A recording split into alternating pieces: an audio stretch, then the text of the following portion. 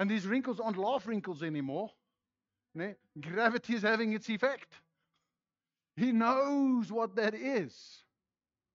He is able to help us. He is able to help us. He's able to say, be within you, give you the strength to pull up your socks, sit up, take a deep breath, back up, head up, say, let's go again. Let's go again.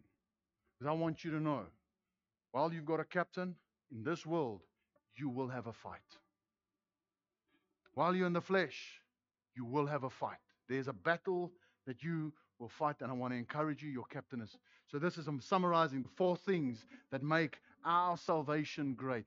That Jesus is the Son of God. He is God, and there's no difference between him and the Lord Father. They are one. The second thing, he is Son of Man. He is a man. There's a human body in heaven, making a way that more human bodies can go there.